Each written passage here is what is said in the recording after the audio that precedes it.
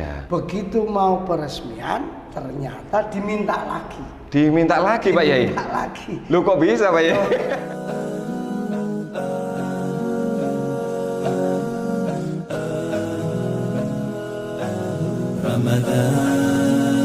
Assalamualaikum warahmatullahi wabarakatuh. Waalaikumsalam. Selamat sore, selamat pagi, salam sukses yang luar biasa untuk kita semua. Alhamdulillah, selamat datang di podcast Indobismar, di mana podcast ini akan menampilkan obrolan-obrolan yang menarik, yang bermanfaat untuk kita semua. Pak Kiai, bagaimana kabarnya nih? Alhamdulillah. Alhamdulillah. Untuk Pak Sis, kabarnya? Alhamdulillahirrahmanirrahim. Ya Mbak Nesya, pada kesempatan kali ini di bulan Ramadan, moga-moga amal ibadah kita diterima oleh Allah SWT. Pak Yai, ngapunten Pak Yai, saderengipun. Pak Yai tolong ceritakan gimana sih Pak Yai ini membangun pondok pesantren yang sebesar ini. Dulu saya lihat ini pondok pesantren kan masih biasa, tapi sekarang sudah berubah menjadi sangat besar sekali niki. Pripun Pak Yai ceritanipun Pak Yai? Jadi gini, pondok pesantren saya ini dulu dari TPQ. TPQ Pak Yai nggih? TPQ namanya Al-Ikhlas. Al-Ikhlas. Ketika TPQ Al-Ikhlas itu ada orang mewakafkan musola. Oh, wonten nggih. Musolanya juga musola Al-Ikhlas. Al-Ikhlas. Kemudian setelah musola itu diserahkan saya, diwakafkan, disuruh bangun, saya bangun tingkat 2. Begitu mau peresmian, ternyata diminta lagi. Diminta lagi Pak Yai? Diminta lagi. Lu kok bisa Pak Yai? Namanya orang. Begitu tahu musolanya mewah, tingkat, terus nggak jadi diwakafkan, diminta lagi. Diminta lagi. Terus saya bilang, oh, nggih mboten apa-apa, Mbak. Monggo. Begitu diminta, akhirnya dari TPQ Al-Ikhlas saya rubah menjadi Al-Jihad. Al-Jihad. Karena harus terus bersungguh-sungguh, terus maju, harus berusaha terus. Makanya saya ganti Al-Jihad. Karena wis perjalanan gak patah ikhlas ganti Al-Jihad.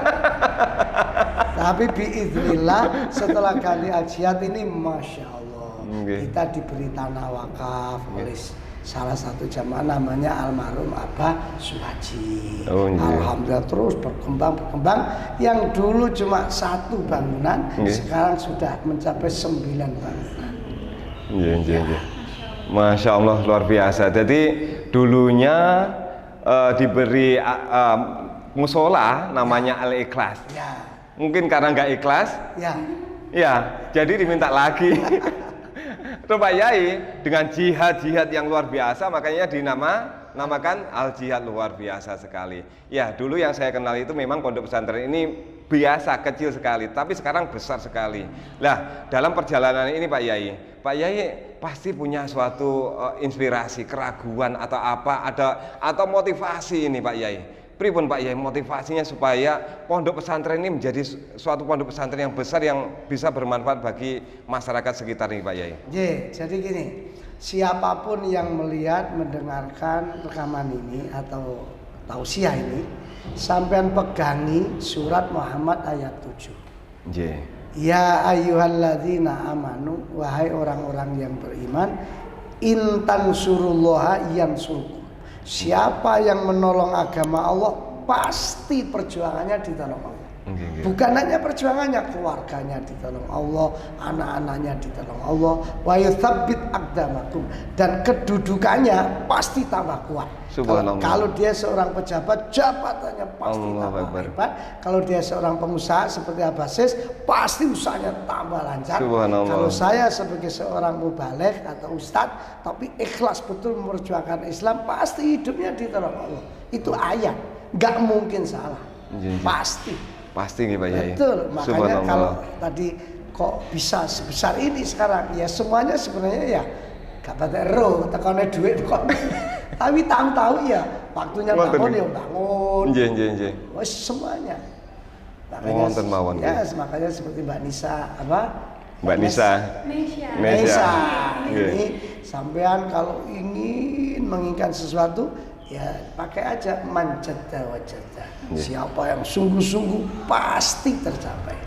Kalau wong Jawa katanya Pak Aziz wong Banyuwangi kan, jadi sapa sing temen-temen bakal tinemu. Tinemu. Kan begitu. Nggih leres. Pasti. Nggih. Lah dalam perjalanan ini ngenten Pak Yai. Panjenengan tadi harus berusaha dan insya Allah pasti nanti akan membuahkan hasil. Dalam perjalanan itu pasti ada namanya kadang kita dirasani kanan kiri, kadang kita digembosi kanan kiri, nggih. Kadang nonton nggih jatuh bangun, kadang berdarah-darah. Lah niku lho, Pak Yai. Ya. Lah niku pripun perjalanan panjenengan niki? Loh, ya sama. Begini, kalau kita berjuang Nggih. untuk agama, itu jangan pernah takut yang namanya ujian. Nah, niku ujian. Sebab dawuh Rasulullah, gedene derajat tergantung gedene ujian. Oh, Ini iya. Kanjeng Nabi sing tanya. Iya. Jadi kalau hidup ini ujiannya besar, berarti derajatnya lebih besar. Ngoten Pak Yai nggih. Betul itu, nggak mungkin tidak. Contohnya siapa Kanjeng Nabi? Kanjeng Nabi. Rasulullah itu api-api wong, orang yang nggak pernah salah, katakanlah Nggih. disebut aja Al-Amin, disebut aja maksum, nggak pernah salah karena selalu diingatkan Allah. Tapi ujian kan tetap. Sing godho ya orang sekitarnya, Abu Jahal, Abu Lahab, Abu Sufyan, abu-abuan aku. Makanya orang tidak boleh lalu surut semangatnya hanya karena ujian. Iya. Harus selalu ingat gedene derajat tergantung gedene Ujian. Oh, ngoten nggih. Makanya kalau di dalam Al-Quran, Nggih. kalau kita menghadapi satu ujian, pesannya Allah, selesaikanlah masalahmu, ujianmu itu. Nggih. Wasta'inu bisabri wassalah. Oh, nyanten. Pertama sabar, kedua salat. Salat, ngoten nggih. Pasti itu selesai. Ya sabar namanya Ujian. ujian. Dan harus tetap sholat tahajud, sholat duha, sholat wajib pasti. Ngoten nggih Pak Yai. Ya Terus kerja sabar dan kalian sholat ngoten nggih. harus. Nggih. Nggih. Nah, niki Pak Yai, niki kan keranten pada sekarang kan bulan Ramadan. Ya. Nah, niki mau tanya-tanya soal Ramadan Pak Yai. Ya. Monggo Pak Nisa. Nah, niki Pak Nisa. Ini seperti kaum milenial seperti saya nih, kadang-kadang nggak tapi puasa tapi itu nggak sholat Pak Yai. Nah, gimana ini hukumnya? Ya harus disendirikan. Puasanya tetap bagus, nggak sholatnya kan tetap jelek. Nah, Ya, ngoten toh? nggih. Artinya sebenarnya itu ya umpama Islam tapi nggak sempurna toh. Seperti orang pakai baju jajasan terus gak katok. Bayangno dhewe, jajasan dasian terus gak katok. Gak katokan. Kira-kira gitu, umpama dipoto terus koyo opo dadi. Ngoten Ya nggih. sama toh, orang puasa tapi nggak sholat atau orang sholat tapi nggak puasa. Ya tetap bagus, yang bagus yang dijalankan, tapi yang tidak dijalankan tetap tidak bagus. Tapi kita nggak usah sampai menghakimi kafir, nggak usah. Itu urusannya Allah. Gitu loh, ojo dididik kafir gitu, kan urusannya Allah. Ya, ada orang sudah mau puasa tapi belum sholat, ya didoakan aja. Mudah-mudahan setelah puasa ini mau sholat. Ada orang sholat tapi belum puasa, ya didoakan. Mudah-mudahan habis puasa ya sholat, habis sholat ya puasa. Gitu. Karena hidup ini kan proses. Hukumnya itu kayak gimana Pak? Loh, kalau hukumnya- diterima atau enggak? Oh gini loh, kalau hukumnya ya tetap dosa wong gak sholat. Ya kalau posonya jangkep pokoknya syarat rukunnya sesuai ya diterima. Diterima nggih. Nanti pengadilan utamanya ya Allah sana. Oh, nggih. Yang pasti itu ya digibeng dhisik mereka. Gibeng benjut yang neraka, baru setelah selesai dosane baru masuk surga. Nggih Pak Yai. Nggih lah niki Pak Yai. Lah, bolehkah niki rata-rata Pak Yai, lari-lari nom-nom niki nggih. Niki saya lihat iki santri-santri kula nggih ngoten. Bolehkah sahur pada saat sahur niku? Lah, pas pada saat sahur niku adzan subuh sudah berkumandang karena sampai lali bangun tidur lah niku lho. Terus waktu mangan niku pas waktu sahur niki adzan. Kinten pripun Pak Yai niki Pak Yai? Loh, ya kalau adzan sahur itu jenenge sarapan. Sarapan nggih. Iya. Oh ngoten. Sing bener ya ada waktu imsak kan. Nggih. Imsak itu kalau mau lampu kan lampu kuning. Nggih. Harus berhenti semua makan, minum semuanya.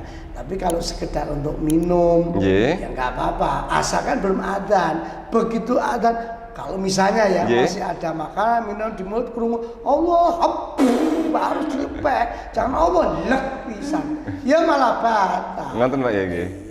Oh, nggih. Jadi harus tetap ada waktunya kapan kita harus berhenti sahur.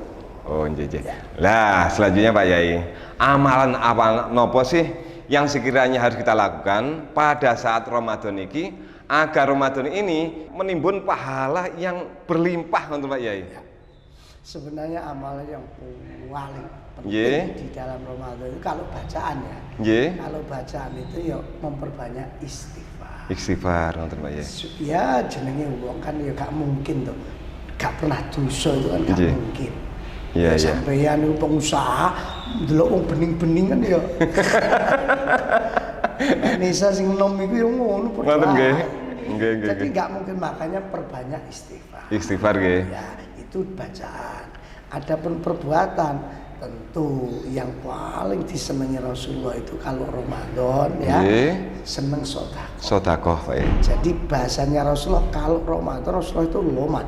Iya. Tapi kalau waktu Ramadan melebih lomat. Jadi sebelum Ramadan Rasulullah terkenal lomat. Loman nggih. Begitu Ramadan lebih lomat. Allahu Akbar ngoten Pak Yai Itu nggih. yang sering dilakukan Nabi. Nggih. Yang kedua tentu ya baca Al-Quran. Baca Al-Qur'an. Ya baca Nggih. Al-Quran. Nggih. Itu Setiap supaya waktu. hatinya bersih, Nggih. hatinya bening.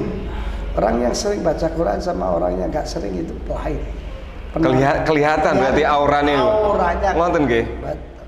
Oh, nggih. Betul itu. Nggih, Kan nggih. ada orang itu cantik wajahnya, belum tentu cantik auranya. Nggih. Ono wong auranya cantik, wajahnya biasa-biasa.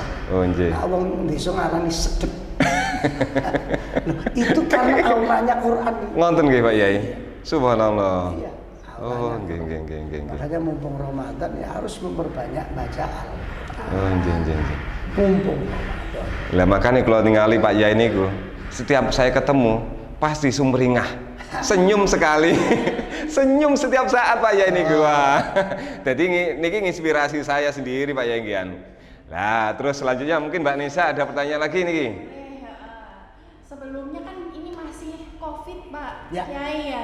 Untuk kita yang vaksin atau swab, apakah puasanya tuh batal, Pak Kiai? Oh, waktu vaksin. Waktu vaksin atau swab.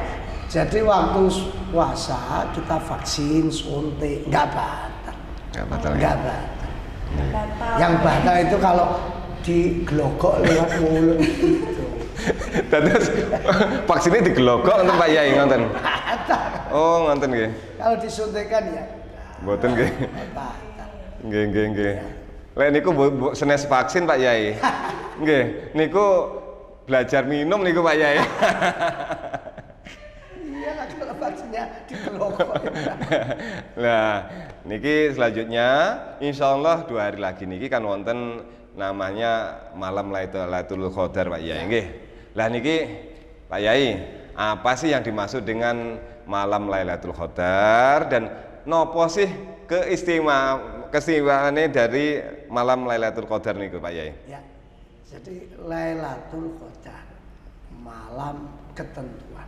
Nggih. Ya, artinya memang di saat itu keistimewaannya kalau pas Lailatul Qadar turun, Ya. kita pas melakukan sebuah kebaikan itu lebih baik dari 1000 bulan. Nggih. Kan 1000 gitu. bulan. Nggih. Inna anzalna fi Lailatul Qadar wa ma adraka ma Lailatul Qadar. Lailatul Qadar khairum min alfi syahr. Lebih baik dari 1000 bulan. Makanya di malam-malam seperti Ramadan ini sebaiknya orang memburu Lailatul Qadar. Dengan cara apa? Ya ibadah. Mulai malam sampai sebelum subuh. Ngoten Pak Yai. Oh iya, karena Lailatul Qadar itu pasti turunnya malam. Oh, nggih. Hatta matla'il fajr, sehingga terbit matahari. Nggih. Jadi sebelum terbit atau belum subuh itulah kan masih ada kemungkinan turun. Lah, kalau pertanyaannya kapan turunnya, ya hanya Allah yang tahu. Ngoten Pak Yai. Sengaja Allah disembunyikan kapannya itu supaya orang memburu semua. Lah kalau sudah ada pengumuman teko malaikat ya enak. Ngoten. Lailatul Qadar puasa tahun ini malam 25. Wah. Rame-rame mangke nggih. Rame-rame. Malam 25. Ke masjid semua. Ngonten nggih. Gak Nggih, kuat. nggih. Gak sengaja disembunyikan Oh, Allah nggih. supaya orang memburu. Memburu. Oh, nggih nggih. Dados 10 malam terakhir niku bareng-bareng memburu ngoten nggih. Ya, itu pendapat yang kuat. Nggih, Tapi nggih. sebenarnya yang pasti Nggih. Lailatul Qadar itu turun malam Ramadan. Malam Mulai Ramadan. malam pertama sampai terakhir. Nggih. Jadi kalau nggih, ingin nggih. mendapat ya tiap malam selalu memburu Lailatul Qadar. Oh, nggih, nggih. Kalau ingin Mendapatkan nggih. ya jangan hanya 10 terakhir. Nanti begitu 10 terakhir wis nggawa wedhung jare malaikat kecil hari ini. Wis diembendon. Dados memang malam Lailatul Qadar menika memang rahasia Gusti Allah nggih. Rahasia Gusti Allah supaya selama 1 bulan iki umat muslim ayo perbanyak kita ke masjid ngoten nggih pada malam hari memburu. Dados enggak ada namanya info bahasanya malam Lailatul Qadar tanggal selawe. Mangke lek tanggal selawe sedianten tanggal selawe tok teng masjid nggih. Kados pada hari raya. Hari raya ditentukan tanggal 2. Semua umat muslim sedunia ke masjid.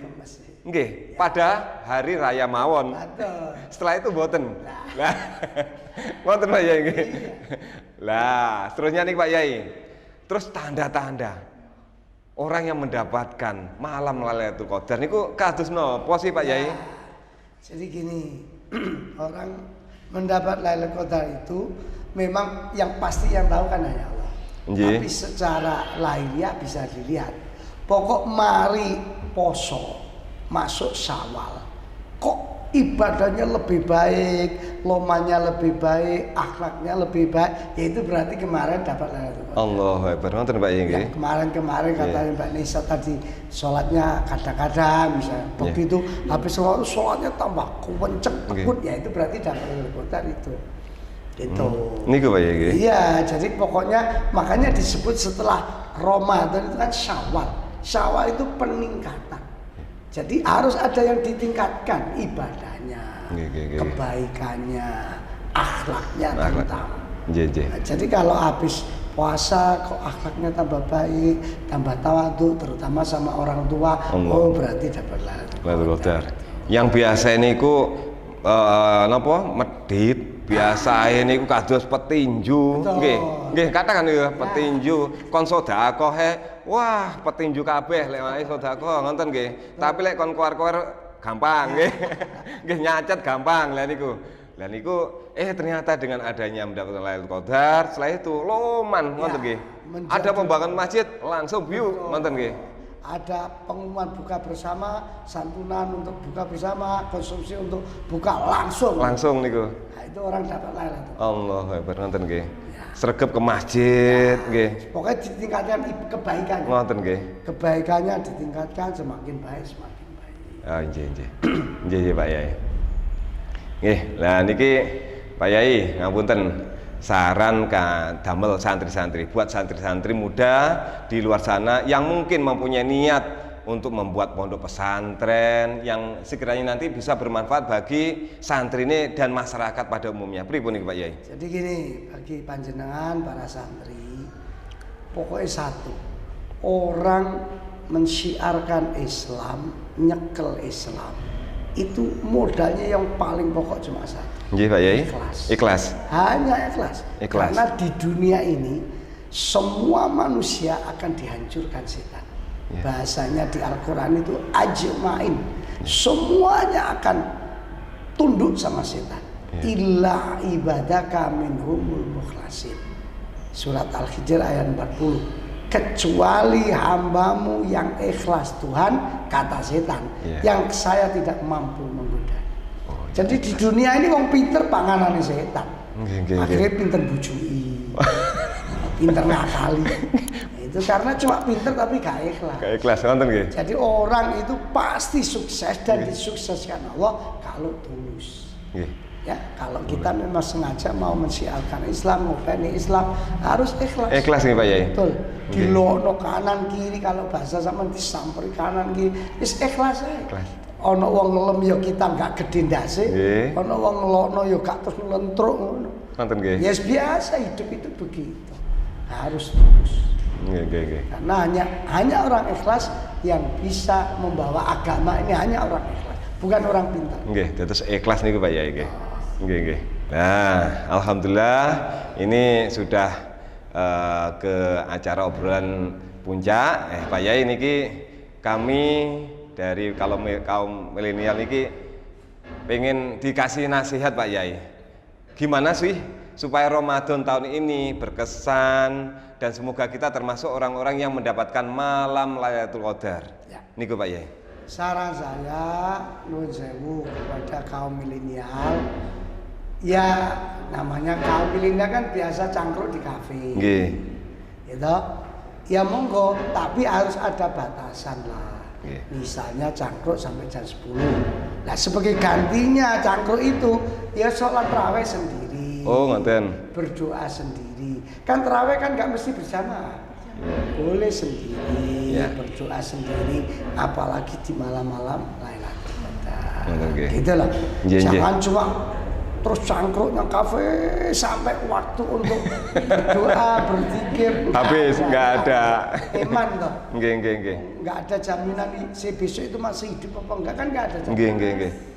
Nggak ada jaminan ya. Nggih. Oke, ini teman-teman semua, obrolan kali ini semoga menjadi motivasi kita semua, menjadi penyemangat kita semua. Ya. Jadi teman-teman semua, jangan sampai kita itu menyerah, terus melangkah. Jangan sampai kita putus asa untuk mencari amal ibadah kita selama di dunia ini. Oke, cukup sekian dari kami. Saya Siswanto, Saya Nisha dan Bapak Pak Yai. Imam Ambali. Sampai bertemu di video podcast selanjutnya. Sekian dari kami. Assalamualaikum warahmatullahi wabarakatuh.